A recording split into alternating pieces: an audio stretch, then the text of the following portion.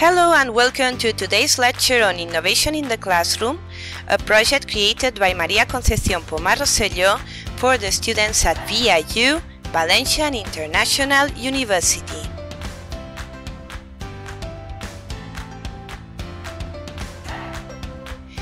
If you are my student in any of my subjects, you will already know that I always ask for projects as your portfolio assignments.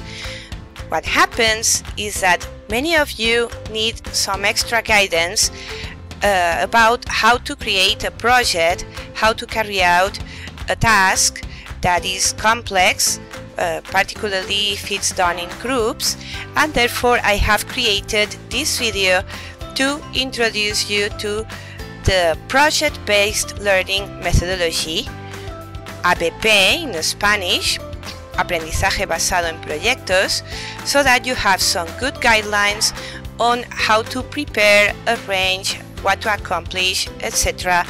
in your projects that you will hand in for the subject. So let's get started. First of all, we need to define what a project is. For your portfolio assignments, you will see that I always ask for podcasts uploaded to SoundCloud, a video uploaded to YouTube or Vimeo, presentations created using Genially, Prezi or Canva or even PowerPoint. This is a PowerPoint. A lesson plan with all the necessary materials for its implementation. A project can also be an end-of-degree thesis, which is an individual work, but we can also consider it a project that needs some planification beforehand, etc. And many other projects, for example, creation of a blog or an Instagram account or a Moodle platform, etc. These are basically the activities that I require you to carry out for my subjects. But we need a better definition of what a project is and instructions on how to carry out effective projects in the classroom. So let's take a closer look to these topics. A project is a task or a series of connected tasks designed to help the students develop some skills, like the digital or linguistic competences, etc. A project goes beyond simply creating a video. It has to have a purpose. This video needs to reflect some planification, some group work most of the times, and also some adequacy as regards the purpose, the goals that this project has. This process produces a product, going beyond memorizing or simply carrying out worksheets or exercises. It is typically based on group work. So rather than simply filling out an exercise worksheet, as I said before, etc., you need to create something. These audio files that I told you about, uploaded to SoundCloud, or a video, and also these materials are going to be helpful for you because in your future teaching practice you will need to know the basics at least of the management of these tools. So it's good practice. That's it. It's very practical in nature and it is meant for you to learn by doing. You learn how to create a video by creating a video with the most adequate tutorials. So projects help the students face in the classroom possible situations they will also have to face in real life. For a teacher nowadays, it is necessary to be skilled in the digital competence and also to learn how to teach the students to develop their own projects in primary and secondary, so that they are used to carrying out tasks that require a final product of certain quality.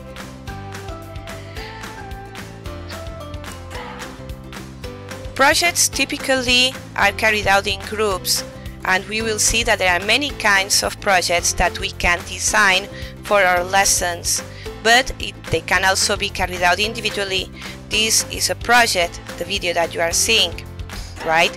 I took the time to do my research on the topic, and also I watched some tutorials on how to animate PowerPoints, and I started to gather all the images from Zepeto, etc., all the necessary information to arrange it nicely. I planned how the product was going to look at the final stage of the creation of the materials, and I finally created the video, added voice, added music, etc. So these are basically the steps that you need to carry out for the creation of a project. First of all, planification, then assigning the tasks to each member of the group, right? You are going to add the audio, you are going to add the pictures, you are going to add the tests, you are going to do the research, etc. And finally producing all together through Google Drive folders or in any other tool that you may want to use for your projects. And creation, it's the culmination of the process, is the creation of this final product that is practical, because you will create, it's likely that you create many videos in your future teaching practice, and also the students will develop their digital competence if you encourage them to plan and carry out projects all together in the classroom.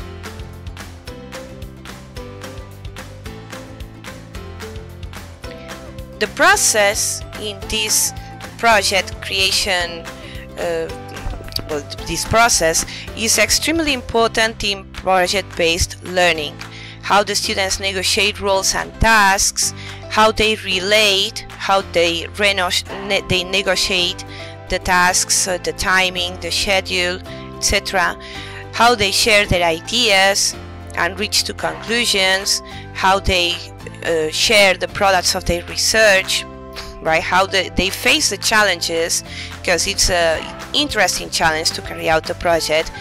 These challenges proposed by the teacher, and in the process they learn to work in groups. Therefore, particularly in primary or in secondary, it is very interesting that we ask for our students to carry out projects so that they learn from each other, as we will see. Project-based learning encourages collaboration and also solving problems that may arise during the interactions, right? They encourage practical instruction. The students learn by doing, and they focus on the students. The focus is on the students. It's an active learning methodology. It's not passive, right? It's not simply listening to a lesson and taking notes and then writing an exam. No, it's the creation of something new. That's what makes this methodology really appropriate, effective, and attractive for the students, because they are the protagonists of all the process. And now let me introduce you to Mr. John Dewey. John Dewey was an American philosopher and educator, and he was one of the most important figures in pragmatism and progressivism. He greatly promoted the educational technique of learning by doing. If you want to know more about progressivism, I encourage you to do your research on this topic. It's an educational philosophy, and also pragmatism, which is the practical application of knowledge. And according to him, instruction should be practical and centered on the students, each one with their particular characteristics. This means that the teacher is going to adapt to the students, not the other way around. And the teacher is also going to give the students wide margin for their creativity and their resourcefulness to develop and to be expressed in the projects they carry out. He is considered the father of project-based instruction or project-based learning. In Spanish, as I said before, ABP, aprendizaje basado en proyectos. So if you want to know more about project-based instruction, I recommend that you do your research and find from good sources some good quality information about John Dewey, progressivism, and learning by doing. Some quotes to know more about Dewey are the following. We do not learn from experience, we learn from reflecting on the experience. It is not only carrying out the task, it is also learning from the task that we have carried out, reflecting, discussing. It is very interesting to create a session with the students after they have finished a project to simply discuss what they have learned, what they have discovered, the obstacles that they have encountered, if the task was too much or too easy, so that there is a discussion, a conversation about the learning process. And this is also very interesting for the students. Education is not a preparation for life, it is life itself. Education is not a stage that is different from the working life or the daily life. Education is preparation for life because it is life itself. It is, we are constantly learning from our environment, from our experiences, from our peers, so it is always necessary to view education as an integrated part of the individual and the need to continuously learn. Failure is instructive. The person who really thinks learns quite as much as from his successes. The person that is learning is going to make mistakes, is going to have false starts when, for example, creating an audio or a video, but the student is going to learn greatly from the experience. And finally, give the pupil something to do, not something to learn, and to doing of such nature as to demand thinking. Learning naturally resolves. The importance of the cognitive processes of this reflection is very, very crucial in Dewey's methodology and pragmatism, right? So the students need something to do and to learn from what they do and put in common what they do with the groups, and this is going to be active and productive learning. Project-based learning or project-based instruction also combines very well with other methodologies that are innovative to implement formative activities in the classroom. One of these is storytelling. But what exactly is storytelling? It is the art and discipline of narrating stories that are emotional, engaging, motivational, to encourage the audience to do something. For example, read a book, buy a product, join a community, even have a political affiliation, etc. It is the way through which we connect to the audience in an emotional manner through implying or creating a story around an object or around the community or around a person, etc. Storytelling means that the audience will be engaged with the message you want to convey because you connect emotionally to the audience, and you also take into account their inspirations, their feelings, their motivations, their needs. So it is very effective, used very effectively in advertisements, in marketing, in many other fields that want to encourage you to purchase a product or to acquire a new affiliation or to join a community, as I said before. This presentation is an example of storytelling. The use of a Zepeto avatar as a mascot makes the resource more attractive to the young learners. I could have simply added a couple pictures of Dewey. I could have simply explained the theory to you, but I took the time to create this mascot that, as you can see, she looks like me, and to present a more or less immersive experience through this video in which this mascot, this virtual teacher, is telling you the story in a humoristic manner, and this is going to be more attractive for the young audiences than simply presenting theory. We can create plenty of stories by using the ICT resources that we have at hand. For example, a PowerPoint, like this example, a Prezi presentation, Genially.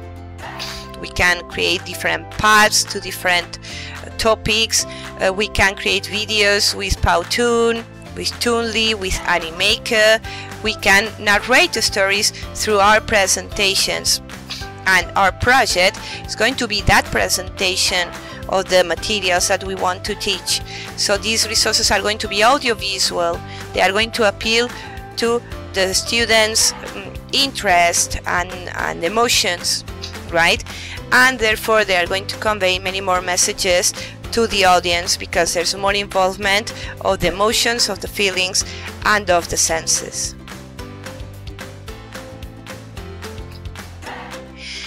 Project-based learning also combines very well with gamification techniques. But what is gamification? Gamification in the classroom is the art and discipline of creating playful experiences with rewards, bonifications, challenges, etc. to a learning process. So basically we are applying to a lesson, for example, or to some content that we need to know. We are implying also the use of rewards, of challenges, right, and the use of, for example, games in teams, board games, etc., so that the students feel that they are playing a game rather than just watching a lesson or taking notes about the lesson. The activities that involve gamifications can be considered projects. There are goals to accomplish. There is avatarization. As you can see, this mascot from Zepeto is an example of avatarization of myself, and they often involve practical role plays, and it really corresponds a lot with the characteristics of project-based learning. There is a goal, there are some challenges, there are some obstacles, there is the need to make an effort to overcome these obstacles, and there is a reward in the end.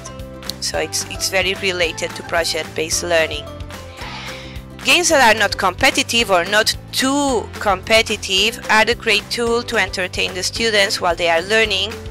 They are going to be engaged in an activity, and it is going to be less boring for them than simply listening to a lecture, right, and carrying out a series of exercises. It's going to be more dynamic. They are going to be the agents, the actors in the activity, the protagonists, etc. Good examples of gamification in the classroom are educational role plays, escape rooms, thematic gymkhanas, for example, festival about Harry Potter, or about Lord of the Rings, about the medieval period, or St. George in Catalonia, right? That imply collaborative tasks, that imply a final reward, etc. Everybody loves a good game. We all are hardwired to enjoy games with others, right? Again, the ICT tools we have at hand help us teachers to design gamified activities and projects very easily. For example, we have Kahoot, we have many other tools at hand that help us create gamification activities for our projects and that are thematic and more attractive for the students. Other innovative methodologies that combine well with project-based learning, briefly, are the following. Project-based learning naturally promotes active learning. They are the protagonists, the students, right? They are the protagonists of the action of the final product. The students are in charge of doing the research, designing and creating the final products, learning in the process, and this is motivating for them. They are actually learning by doing, according to Dewey. Project-based learning also promotes collaborative learning. The students learn from each other naturally in the zone of proximal development, the ZPD, which is a Vygotskian term. In the zone of proximal development, the students learn from each other until they all acquire the necessary knowledge to carry out the project. Maybe one member of the group is going to learn to carry out research, the other one is going to learn how to use an ICT tool, the other one is going to learn on how to create the audios. So we all develop our skills to create the final group project. Project-based learning can also be implemented at schools that work according to the flipped classroom methodology. The students can carry out their projects beyond their schooling hours and do research at home, even involve the families, involve friends. For example, if you ask a primary student to create a video about, I don't know, springtime in English, let's say, and this student is going to go to the park outside the schooling hours, of course, record the plants, the trees, record the friends. So it is learning outside the context of the classroom. It is ubiquitous learning, and this is very interesting. And the ICT tools once again are really useful for the students to carry out their projects, thus developing their digital competence in a creative, efficient and safe manner. You know that the ICT competence, the digital competence, is one of the key competences to be developed in the 21st century. So the students, if they are guided to use the right tools, to use them in a safe manner, they are going to learn about how to use these ICT tools available in a constructive and effective manner.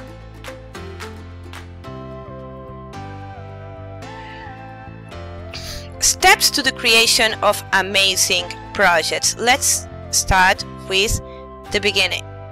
First of all, you need to determine the objectives. What do you want to accomplish with the project, with this video, with this podcast? What do you want to convey to the audience? Then you need to define the topic. What is the project going to be about? For example, the objective could be that the students learn more about the Victorian period, and what the project is going to be about is going to be about Queen Victoria, for example, right? Define the key questions and hypotheses. How am I going to develop this project? How am I going to create this video? What tutorials do I need to watch? What questions do I need to ask the teacher as a guide, etc.? You need to carry out the necessary research and watch tutorials if you are going to use the ICT tools, etc. And look for information in the most adequate sources of information as well. You will need to learn through trial and error. Designing and creating prototypes is suitable. There are many false starts. There are many instances in which you need to start anew. Right? This is part of the learning process and the acquisition of the competence necessary for the creation of the project. Define the roles of the participants, the teacher, the students, the possible audience, etc. This is related to what we want to accomplish. Do we want to create a video that the students are going to watch and then answer some questions? Do we want to create a video that is going to be copied by the students, for example a role play that the students are also going to mimic in their own particular projects? So you will need to define the roles of the participants. If they are going to be more passive, just watching the resource, more active, carrying out their own projects after watching the resource, this sort of questions, right? And also the importance of the teacher, the student's role, the teacher as a guide and facilitator, the students as actors and actresses of their own projects, etc. Characteristics of the project-based learning projects. First of all, there is going to be a challenge, a task or assignment. In the case of my portfolios, the challenge is to create a podcast, is to create a video, is to create a lesson plan, etc. You will need to do your research and discuss, particularly your working groups, your ideas about the project, about the topic that you want to cover, etc. It's going to have a relationship with real-life problems and how the project is going to mean a solution. Well, in this case, the project is your skills in creating resources, right? You will need to develop these skills for your future teaching practice. So this is learning by doing. You overcome the challenge of knowing how to create an educational video, for example, by creating an educational video. The students' involvement and commitment are going to be necessary. They are going to be the protagonists, right? They are going to be the people who create. It's a very creative and rewarding activity. Metacognition, reflection on learning. The students are going to reflect, as I said before, for example, in a session after finishing the project, with a discussion of the obstacles that the group has encountered, etc. This is going to be a very important part of the process. This reflection, this final reflection on the learning and also on the difficulties that we have encountered and how to overcome them. And finally, of course, the design and the creation of a final product, which is going to be the result of the process itself. Project-based learning has the following characteristics. It is a publicly presented product. It requires feedback and revision on the part of the teacher. It gives the student voice and choice and allows creativity, right? They are generally open projects, or at least in my portfolios they are very open projects in which you can choose the topic as suitable. You can choose many things, right? It is important to develop the 21st century skills, and it requires inquiry and innovation. It is an innovative way to present learning. It helps the student acknowledge they need to know, what they don't know, what they need to do research about, what they need to ask to the teacher, they need to know. And also it is based on driving questions or challenges. Project-based learning involves the right pedagogy, the right methodology, involves technology because it really helps us for the implementation of projects and the creation of projects. It is going to imply subject knowledge. Of course, the students are going to do a lot of research about the topic they want the project to be about. It requires a context, right, in which the students are going to be part of a group, or not only of the classroom group, inside their own particular working groups, and also in the classroom or outside the classroom, in the park, as I said before in the example before. It's going to be practical. It's going to mean a lot of practice because the students are going to learn by doing. Of course, it also implies theory. Without the theory, you can't go to the stage in which you go to the practical application of this theory, right? So all these elements are the basis of the project-based learning or project-based instruction in the classroom. A few final recommendations for the creation of projects for you in your portfolio assignments, and also to teach the students that are going to be your future students when they carry out their final projects, their final products. First of all, the temporalization is essential. You should not leave tasks for the last minute. Particularly when you are working in groups, you need to acknowledge your responsibility with that group. This is also why The project-based instruction teaches the students a lot of social and civic competence, compromise, entrepreneurship, etc. All of them competences are going to be key in the 21st century. Be collaborative but also aware of your assets and limitations. Give your best to the group. Be always honest with the group. And whenever you are encountering a difficulty, find solutions, right? For example, I didn't know how to use animations with PowerPoint, so I looked for a tutorial. Maybe in the project that I mentioned before about Queen Victoria, I don't know much about Queen Victoria, for example, so I will look at the most adequate resources to find the information. So give your best to the group, work hard, and be aware of your assets and limitations and try to overcome these limitations. Take into account the aesthetic aspect. Nice images, videos and resources will always be welcome. In the 21st century, if we don't make the teaching resources attractive for the students, they are simply not going to pay attention.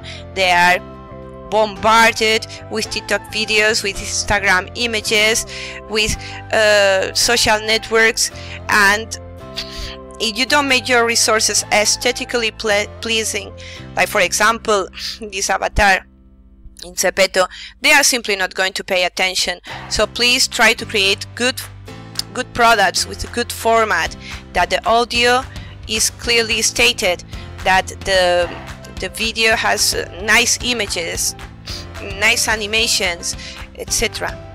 And of course background music at good volume, right? Do research, watch tutorials, be proactive in finding solutions when you encounter a challenge. I have already mentioned that, but it is important to underline it. And be motivated. Many of my students say that it's a lot of work to, for example, create a video. Of course, the first time you create a video, it is going to be a lot of work, but the second time is going to be much less, and you will have acquired a skill, the skill to create videos. So it is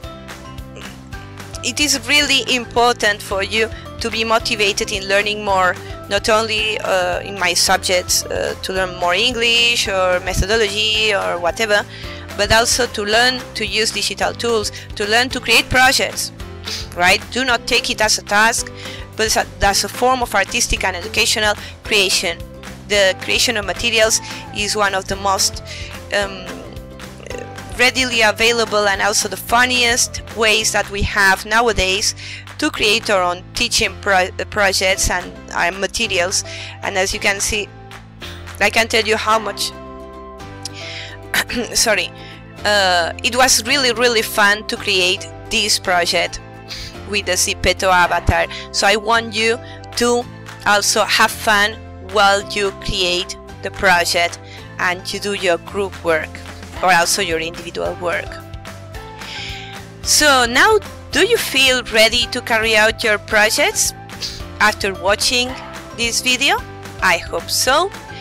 As you already know, I'm very thankful for having you in my classrooms and to be able to share some of my knowledge with you in this manner through this video. Thank you so much for watching.